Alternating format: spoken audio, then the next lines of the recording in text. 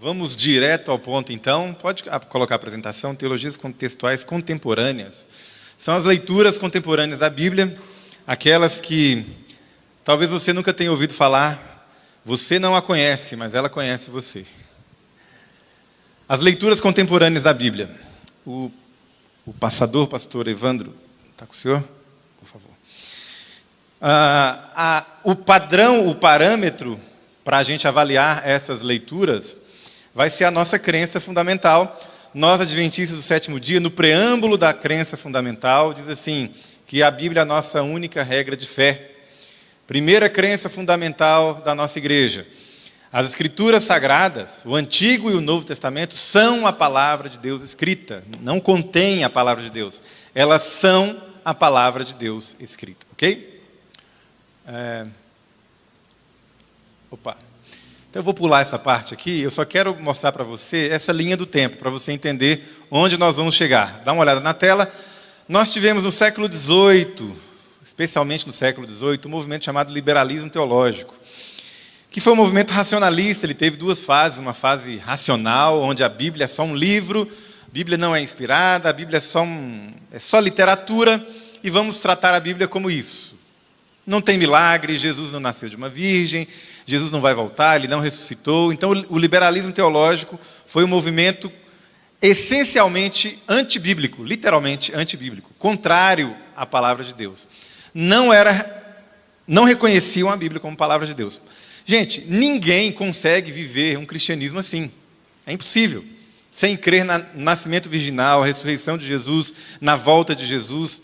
Isso não dá esperança para ninguém. Então, esse movimento, liberalismo, como movimento, ele praticamente morreu. Mas ele tem herdeiros.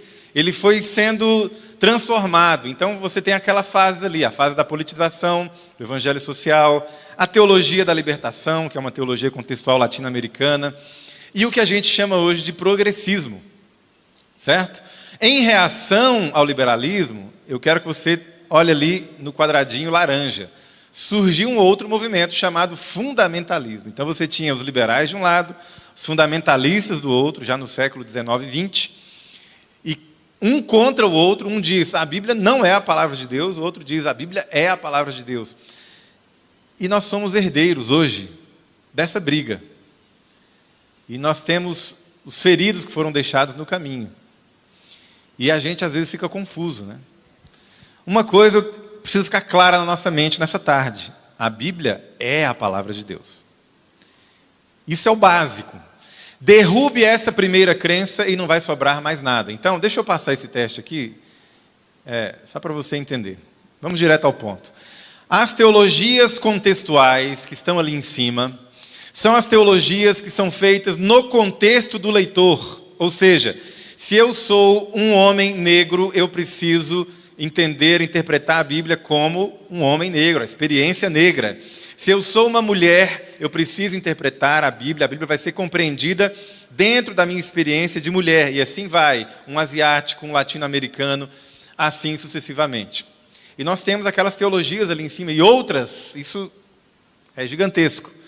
A soma de todas elas, ou a essência de todas elas são acadêmicas, não são populares. O povo nas periferias não conhece essas teologias. Elas não conseguem transpor as barreiras, os muros das universidades, dos seminários, da academia. Mas, quando isso é mastigado, facilitado, e chega na cultura por meio de filmes, músicas, jogos, etc., é o que a gente chama de teologia progressista, que é essa teologia amorfa, sem um dogma tão fixo, e que está na mente dos nossos jovens hoje. Primeira coisa, teologia progressista existe. Isso não é invenção da cabeça de pastores histéricos que querem combater um moinho de vento. Eu vou escolher 3 para te mostrar como exemplo. Rapidamente, o exercício é simples, irmão, para a gente ser rápido. Fonte primária não é o que eu digo sobre eles, é o que eles dizem sobre si mesmos, ok? Fonte primária. O que eles dizem sobre si mesmos? Essa é uma pastora da teologia negra, ela diz o seguinte: a periferia não precisa de Bíblia. A periferia precisa de educação, filosofia, Eduardo Galeano e etc, etc. Uma pastora da teologia negra. acha que o povo não precisa de Bíblia, porque a Bíblia não é essencial para essas pessoas. Esse é um frade, um frei franciscano, Richard Rohr, um autor muito celebrado, vende muitos livros. Para ele, não existe uma teologia clara na Bíblia sobre Deus, sobre Jesus, sobre nada disso. Expiação é desnecessária, porque o pecado não é algo... O pecado é social, o pecado é você não amar o pobre, não ajudar as pessoas. Isso sim é pecado. Esse cidadão vende muito livro, ele diferencia Jesus do Cristo. Jesus é a manifestação do Cristo. Jesus é uma das manifestações do Cristo cósmico, universal, que pode ter se manifestado em outras pessoas, como o Buda, o Mahatma Gandhi, e assim sucessivamente. É um cristão falando. Essa é uma pastora luterana, pastora mesmo, de uma igreja. Ela diz que existe um tipo de pornografia que você pode consumir, porque é uma pornografia ética, que é feita sem a exploração, sem a violência, e não tem problema nenhum você consumir esse tipo de material. Ela celebra a experiência de um membro da sua igreja, da igreja dela, uma moça que era homossexual, e ela se sentiu livre para tirar da Bíblia todos os textos que faziam mal a ela. Veja, a experiência é a base, entende? Por isso que a teologia é contextual. Eu vou ler a Bíblia como um homem latino-americano, que sou pardo, casado, pai de uma menina, torcedor do Atlético Mineiro. Vou ler a Bíblia dentro dessa experiência. Então, aquilo que me confronta, me faz mal, eu estou autorizado a ignorar. E essa pessoa da igreja dela fez o que está ali no meio, arrancou Levítico, foi arrancando. E ela percebeu que só sobraram Mateus, Marcos, Lucas e João. Então ela segurou Mateus, Marcos, Lucas e João contra o peito, pegou o resto da Bíblia e jogou no fogo. E a pastora conta isso como uma experiência linda, comovente. Segundo ela, nós podemos criar, sim, uma lista de livros que podem ou não podem ser palavra de Deus. Nós estamos autorizados a fazer isso. Isso não é teologia adventista. Teologia progressista não é um nome que nós demos a eles, é um nome que eles mesmos se dão. Se você que está ouvindo, talvez agora, a gravação, está vendo aí, falando, poxa, esses pastores estão criticando as pessoas, estão rotulando elas como progressistas. Amigo, é um movimento com data de nascimento, endereço, CNPJ, endereço para correspondência, e tem até associação de cristianismo progressista. É um nome que eles se deram, tem livros sobre isso. Existe até uma tentativa de fazer uma declaração de fé, ou de falta de fé, né? Declaração de falta de fé, vamos lá. Eu destaquei duas, a primeira é, o Espírito, ali embaixo, em negrito, o Espírito se move de maneira benéfica em muitas tradições de fé, ou seja, vários caminhos levam a Deus. Você pode experimentar a salvação no islamismo, no hinduísmo, não importa. Deus se manifesta, se revela em todas essas tradições, o Espírito se move ali também. E a última ali, há mais valor em questionar do que em absolutos. Então, é um eterno questionamento de tudo. É uma eterna interrogação no final de cada afirmação. É um eterno, sabe o quê? Foi isso o que Deus disse? De onde vem essa pergunta? A serpente continua falando no jardim até hoje, com perguntas curiosas, pensamento crítico. Abra a sua mente.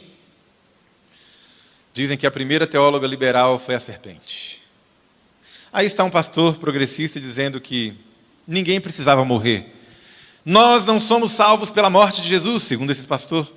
A expiação é apenas uma manifestação da maldade humana, do que o império fez em cima de um homem exemplar que foi Jesus Cristo. Mas nós não somos salvos pelo sangue de ninguém. Isso é dar à violência o poder de salvar alguma coisa. E aí está a crista. Apresento a vocês a crista. Quem é a crista? É a forma feminina de Cristo. Parece piada? É uma produção acadêmica. Eu não aceito que Jesus seja homem. Por que Jesus não pode ser mulher? Mas a Bíblia diz que ele nasceu judeu, homem, foi circuncidado. Mas eu não quero. A minha experiência está acima da Bíblia. Isso aqui é secundário, fica atrás de mim. Eu quero um Jesus mulher. E vou chamá-lo de Crista. O nome em português ficou ruim, né? A Crista. Mas aí está. Estudos acadêmicos, isso não é coisa popular, é coisa de gente com PhD. Gente com diploma. Vou pular isso aí também. Vou pular. Vou apresentar para você uma pastora ateísta. Olha aqui para mim. Pastora ateísta. Imagina que eu sou o pastor da sua igreja e chego hoje de manhã e falo: meus irmãos, eu tenho um recado para dar para vocês. Em primeiro lugar, vou parar de chamar vocês de irmãos. Por quê? Porque eu não creio mais. Eu sou ateu. Qual seria a sua reação? Seja sincero. O pastor da sua igreja falou que não crê mais, que ele é ateu. O que você pensaria? Ou ele sai ou eu saio. É ou não é? Pois a igreja se manifestou, porque é metodista. A igreja metodista falou assim: não, então está demitida, vamos tirar você daí. A igreja se levantou contra e falou: não tirem a nossa pastora de nós. Queremos que ela continue. Mas ela mesma falou que não crê. Não importa. Ela pode continuar pregando para a gente, mesmo sem crer. E o que prega um pastor que não crê? Ela mesma responde: prega justiça social, perdão, relacionamentos, e não passa disso.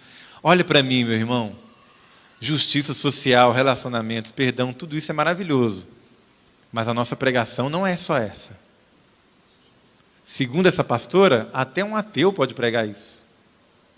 O que um ateu não pode pregar? Fala para mim. A segunda vinda de Jesus, que Jesus ressuscitou, que Ele nasceu de uma virgem, que o mundo foi criado pela palavra de Deus, e que Jesus Cristo vai voltar com poder e glória como Rei dos reis, Senhor dos senhores, para nos levar para morar 1000 anos no céu e eternamente na terra renovada. Um ateu não prega isso.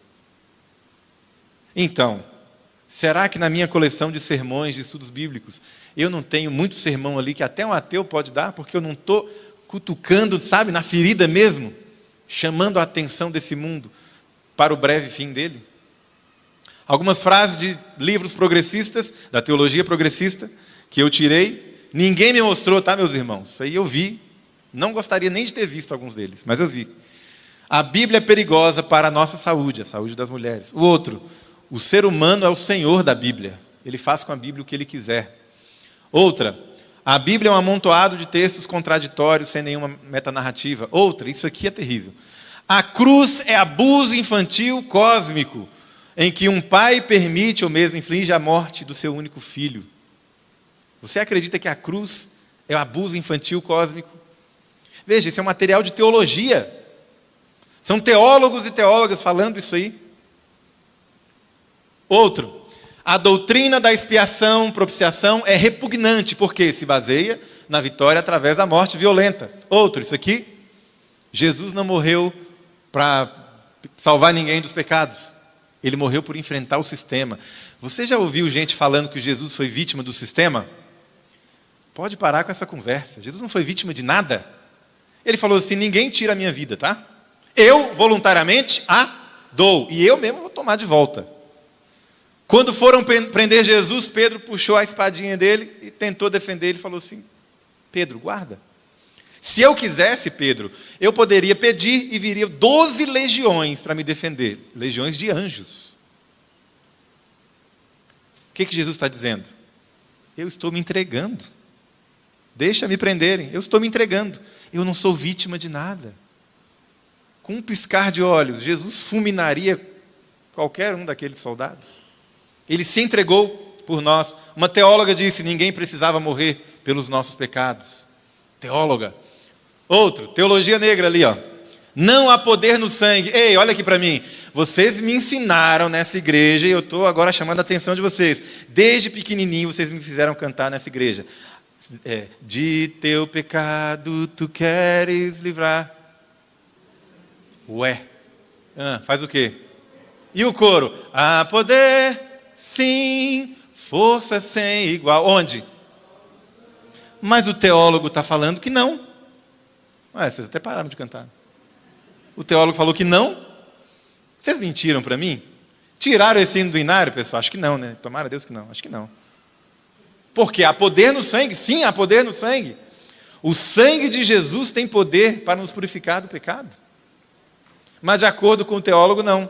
Outro, a história de Abraão e Isaac é uma história repugnante. Olha lá. É uma história... Lá em cima, a Bíblia é o trabalho de muitos autores, é uma história que não diz nada sobre Deus, de acordo com esse teólogo. Esse é um teólogo. Aqui embaixo, essa história mostra Deus como um sádico, alguém que quer matar o próprio filho. Outra, Deus é o que existe entre duas pessoas. Deus é tudo que há de bom no mundo. Deus é um ser cósmico que nem existe. Isso é um livro de teologia. Bom, por causa do tempo, eu vou pular essa parte aqui. E eu quero fazer só o apelo aqui para você no final. Quem são os adventistas do sétimo dia, de acordo com o Tratado de Teologia, página 1, primeiro artigo, diz assim: os adventistas são uma corporação protestante, conservadora teologicamente, de cristãos evangélicos cuja fé está centralizada em Cristo, na Bíblia, baseada na Bíblia, centralizada em Cristo e no seu trabalho expiatório, intercessor no santuário celestial. Nós somos isso aí, ok? Nós somos isso aí. Será que há alguma necessidade de abrirmos mão daquilo que é a nossa crença fundamental para que a gente continue cumprindo a missão que Deus nos concedeu? Será que para pregar o Evangelho eu tenho que negar agora que a Bíblia é a palavra de Deus? Ela pode até conter, sabe? Mas ser a palavra de Deus, aí já é demais. Meus irmãos, eu respondo com toda a autoridade que essa revelação tem. Nós não precisamos. Mas, pastor, o mundo mudou, a gente precisa contextualizar. O mundo do século I era tão terrível quanto esse. Tão terrível quanto. Imoralidade, até mais em muitos aspectos. Imoralidade por toda parte. Infanticídio oficializado. Política pública. Jogar bebês vivos fora, no lixo. Abandonar crianças. A vida do ser humano valia muito pouco. Mulheres desvalorizadas, escravidão praticada legalmente. E você vai me dizer que a gente precisa mudar uma vírgula na nossa mensagem, porque o mundo hoje está um pouco ruim demais, sabe? Não dá, eles não conseguem ouvir mais, pastor. A gente tem que suavizar. O apóstolo Paulo disse: eu não tenho vergonha disso aqui. Isso aqui é o poder de Deus para salvar judeu, grego, qualquer um que aceitar isso aqui. Será que a gente ainda crê que isso é a palavra de Deus? A gente crê? Eu quero terminar aqui, antes das perguntas finais, lendo para você o que está lá em 2 Timóteo. Paulo vai morrer, última carta dele, e ele dá a seguinte mensagem para um jovem pastor. Ele diz assim, olha, capítulo 4, nos últimos dias, o Espírito Santo afirma expressamente, eu vou falar para você, nos últimos dias, nos últimos tempos, alguns apostatarão da fé, por obedecerem a espíritos enganadores, ensino de demônios, doutrinas de demônios, pela hipocrisia dos que falam mentiras, que têm cauterizado a própria consciência. E aí eu quero pular para o capítulo, é o mesmo capítulo, aliás, lá no final, no versículo 12, ele diz assim: ninguém despreze a tua mocidade, pelo contrário, torna-te padrão dos fiéis, na palavra, procedimento, amor, fé, pureza. E até a minha chegada, aplica-te à leitura das Escrituras, à exortação e ao ensino. Não negligencie o dom que há em ti, que te foi concedido mediante profecia e imposição de mãos. Medita nessas coisas. Nela seja diligente, para que o teu progresso a todos seja manifesto. Eu quero ler só o começo do verso 16. Cuide de você mesmo e cuide da doutrina. O método pode ter uma embalagem diferente, mas a essência da nossa pregação é inalterável. A gente prega a mesma coisa que Paulo pregava. Pastor, o que o senhor falou aqui tem a ver com o pregador, né? O que dá o testemunho, a vida de comunhão, cheia do Espírito, e o diabo quer esvaziar o pregador. Mas conforme nós vimos, o diabo também quer esvaziar a palavra pregada. Então você precisa ser um pregador cheio do Espírito, e pregar um conteúdo cheio de palavra de Deus. Porque isso aqui é o sopro do Espírito Santo. Ele sopra e o texto aparece. Ele nunca vai contra o seu próprio texto. Que Deus abençoe você, que você fique atento, que as escamas caiam dos seus olhos, que você tenha discernimento. Nós estamos vivendo em dias muito difíceis. Muito difíceis. Não é uma brincadeira. Mas nós estamos do lado que já tem a vitória garantida em nome de Jesus Cristo. Amém?